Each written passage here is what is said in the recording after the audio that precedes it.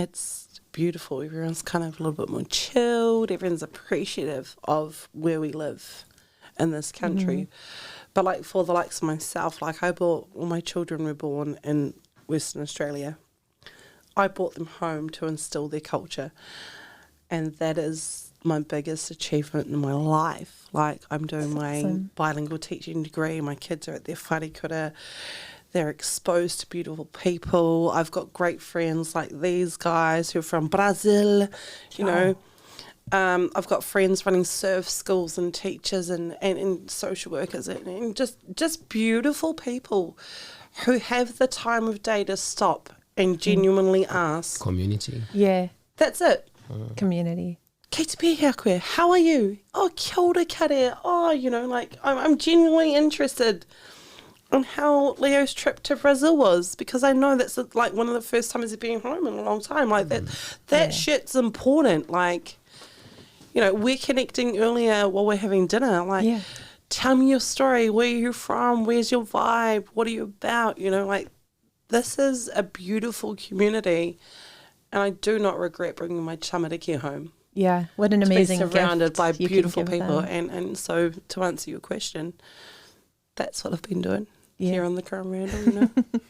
Just being me and letting my kids be them and surrounding them with beautiful people like us here in this room right now. Do you feel the same? Yeah, with the beauty around us? Yeah, and the beauty around us, and also discovering new things, or you were already tapping into these beautiful things that you do in Hawaii, in Canada? Yeah, I think when I left corporate world and started my own business, moving to Kauai, that was when I started realizing I can do anything. I mean, we can all do anything we want, right? Like I was listening to a podcast on the way here with I can't remember his name, but the 80-20 guy. And he was talking about his new book is about beliefs we've had our whole lives. And what is a belief that's like a toxic one or like a grand belief that you've held on to and then you were able to let it go and it was life changing. And he was saying it doesn't take long to do the change. It just takes maybe your whole life to realize that belief wasn't true. And, you know, my belief was that I needed to be in the corporate world to succeed and that I couldn't start my own business or be an artist unless I had a husband to support me in case I failed. And then I finally realized I could do it on my own. And I'm so glad I took that. Because I support a different rugby team to what Tom was playing in, so yeah, there was a few times when he'd come home and he wasn't really looking forward to seeing me. Yeah, unfortunately, Ro's one of those guys who jumps on the bandwagon when a team's going well. So, you know, as soon as the Crusaders went into a pretty good period with some pretty awesome players, he decided to start supporting them. So suddenly their jerseys in the house and the flags. Well, hey, the whole family's from down there, mate. So you know what do you want me to do, mate? Yeah, no, that was a bit of a lie. I remember Rowan had no one knows these days, but the answer machine when you call someone's house, and if you'd call the Pines household on the landline and the Crusaders music would start playing in the background. So that was mum. Yeah. They were pretty. It was good music. Yeah. I was like, oh, here we go again. I'll just hang up. Pretty staunch Crusaders supporters. So, yeah. Were you? Are you a blues supporter? Were you like always fond of them, or when you are a professional, you just have to learn to play with the opportunities that come to you? How was that? 100%. I was always blues supporter. That was my dream, basically. I thought if I could one day be a professional rugby player, that would be like a dream come true. So, yeah, from day one, I remember going and seeing, you know, sometimes we'd go and playing like under 10 rugby or something, and then you'd do a team trip in and you'd paint your faces up and you'd be supporting Auckland and back in the old school days, and you know, with the old legends, the Grant Foxes and John Koo and Michael Jones, those guys. And then I guess that's kind of, I think it was probably the Rugby World Cup in 1995. It was kind of an age where I was like, well, this is like something that's awesome, you know, like got caught up in the whole Jonah mania, just dominating that tournament. And then he was in the Blues as well. So it was just, he was, I guess, a bit of an inspiration. And then from there, it kind of kick-started the rugby fire. Before then, it was just, something you just going and doing with your mates and mucking around at school. Do you have some memories from that World Cup? Yeah, I was just going to say, I think like every sort of rugby fan that's sort of our age remembers that 95 World Cup. Hey, like it was special. Hey, like I can sort of name the whole All Black team back then. Hey, like I don't think I could name other teams, but that 95 team I could name from number 1 to 15 pretty easily. It was an awesome team, and like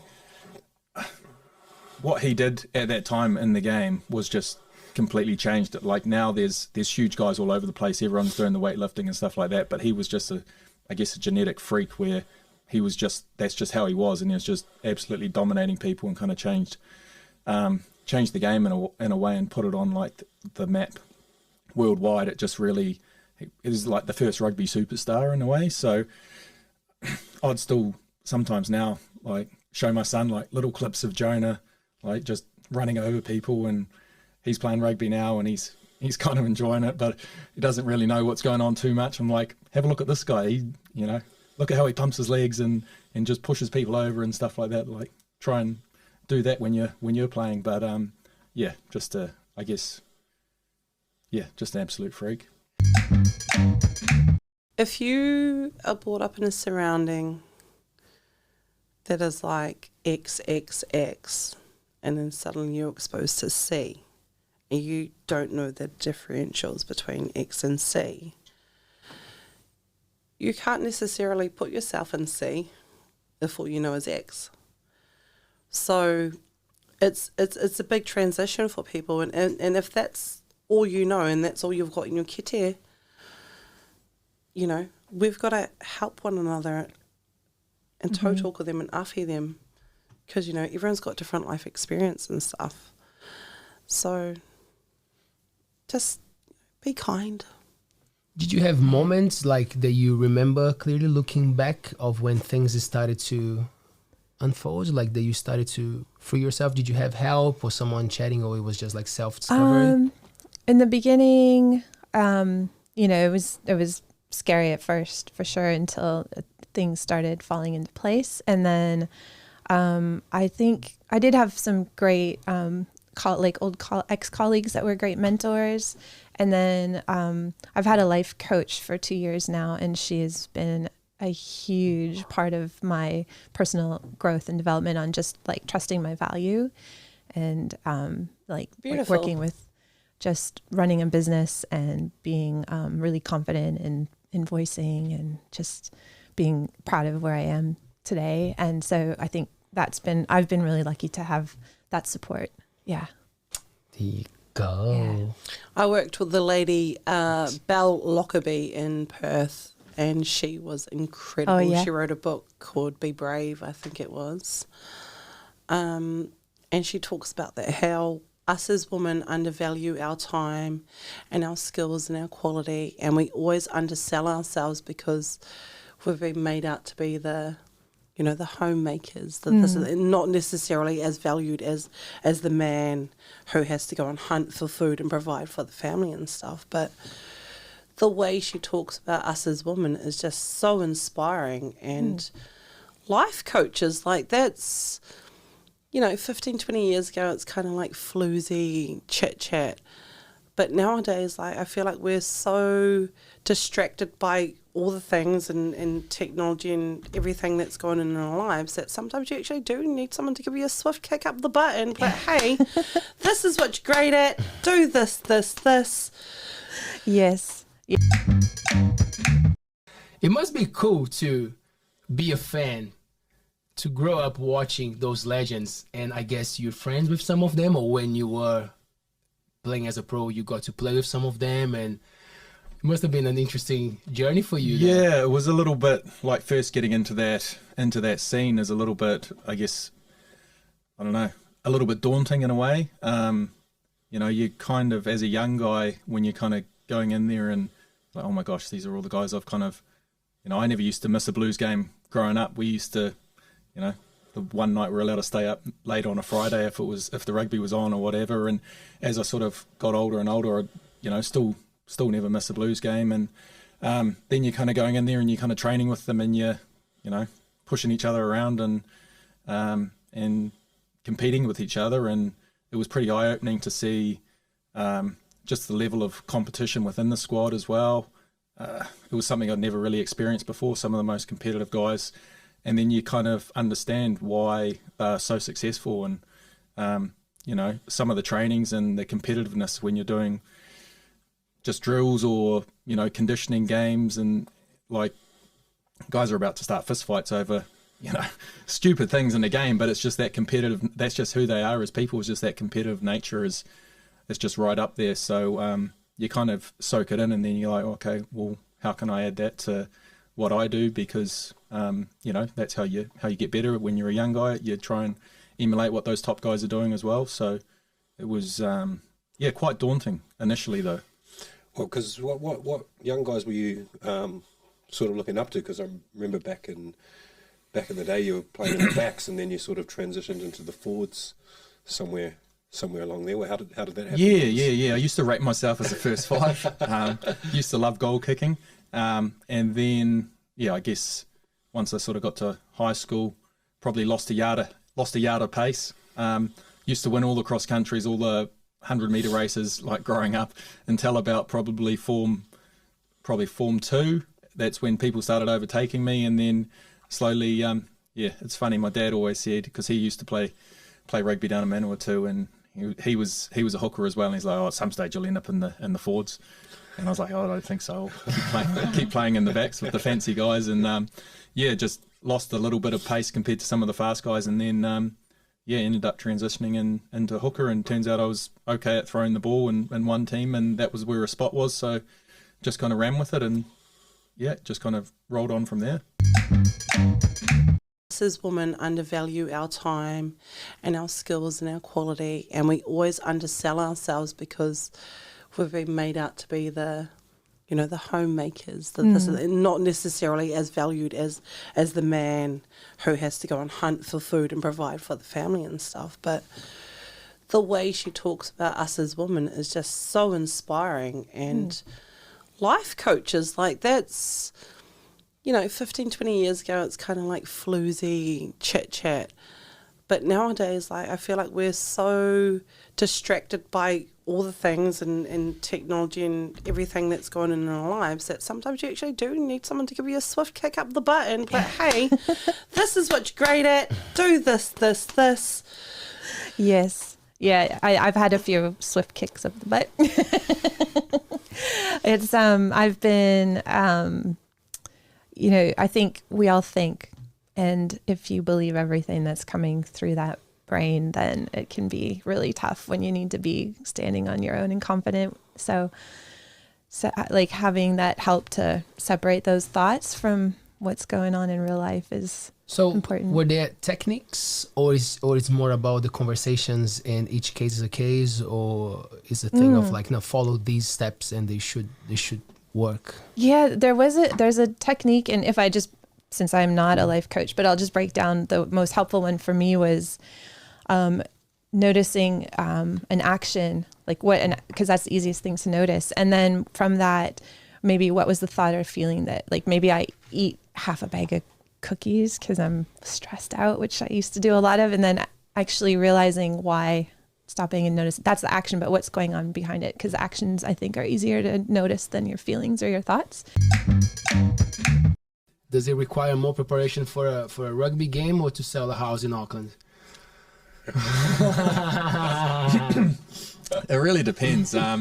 If you asked me that back in 2021 when when we were in lockdown and the market was absolutely cranking, pretty much any man and his dog could have sold a house, to be honest with you. Like, I was working out of my my lounge during the level 4 lockdown, and it was the busiest month I've ever had in my life. And we were literally, taking a satellite picture of a property and basically saying it's a 650 square meter section. It's got an old house on it that's a bit of a do up, but developers were just coming along and buying based on the land.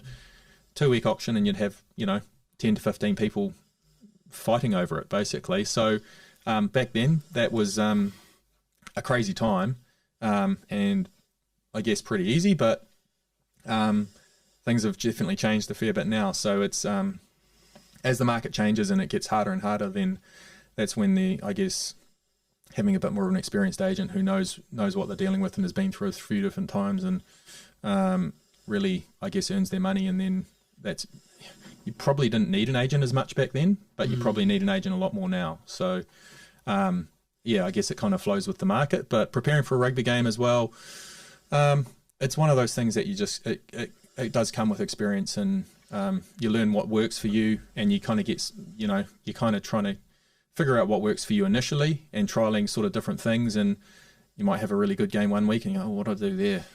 Or, I'll try and do that again. That might have helped me. And then things don't go well because you've done something slightly different or you've done the same thing, but you kind of, they will got, you learn off senior players as well of, tried and tested sort of things that have worked for them. And, if someone's an All Black legend and they're saying, well, this is what I do and this is the process I go through for a week, it's a pretty good starting point as a young guy to sort of jump into that. And then once you've got your processes sort of done, you're just trying to stick to it as much as possible. And the mental side of it's probably,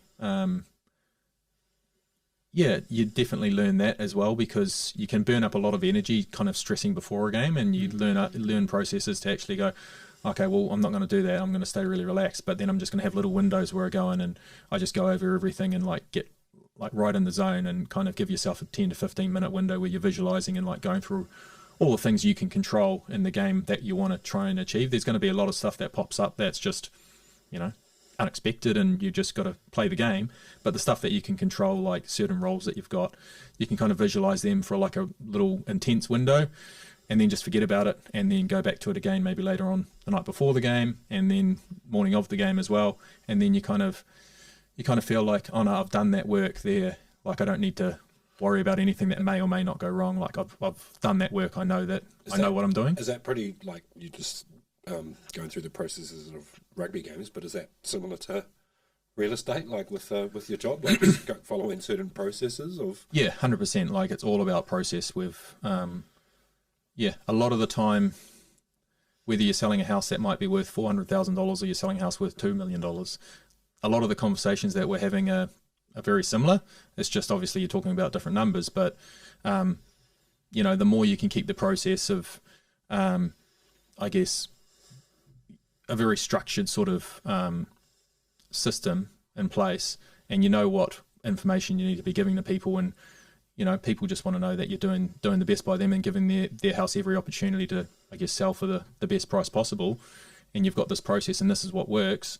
Then you're collecting all the feedback from the buyers, and that's where people get the most complaints probably. And Tommy would probably back this up. Tom Rawson, our good mate as well, who's our boss, and it's just people not communicating enough with owners. So if you've got someone that you think's getting paid a hell of a lot of money and you haven't heard from them in 3 weeks and they're selling your house, it's like, well, what's this joker doing?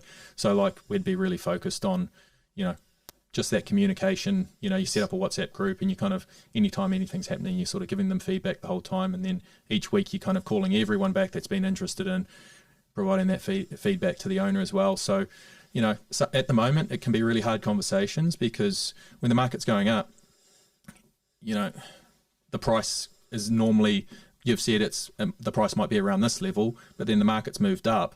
So generally, people are paying more for their house, and they're getting a better price than they might have expected, just because of the natural flow of the market. But when the market's going down, it's actually the opposite. So if you haven't done everything possible that you could have to make sure that someone's getting the absolute best price, then there's going to be a lot of questions there as well. So that's part of the job. It's you don't want people, if they can, they'll blame the agent. But if they can see that the agent's done absolutely everything possible to, they're working really hard, they've talked to everybody, they've had, weekly meetings with you, they've given you all this feedback, it's man, they're working really hard for us. Maybe it is the market. Maybe we really need to reevaluate that price actually is a really good price. So yeah, it's definitely a lot more work at the moment. I mean, look, I was still doing the same stuff when the market was going up, because you just get into those habits and you build those processes. But if people weren't, then they weren't getting caught out, because the price would save them. But yeah, when the market's going down, then you've got to make sure you're doing all that work. And as I say, like, they can't be blaming you. You don't want to give them any excuse to be blaming the agent. They've got to be actually going, man, this guy's working really hard for us, and he's doing a great job. But this is where people are prepared to pay, and if we want to sell our house, then maybe that is a good price.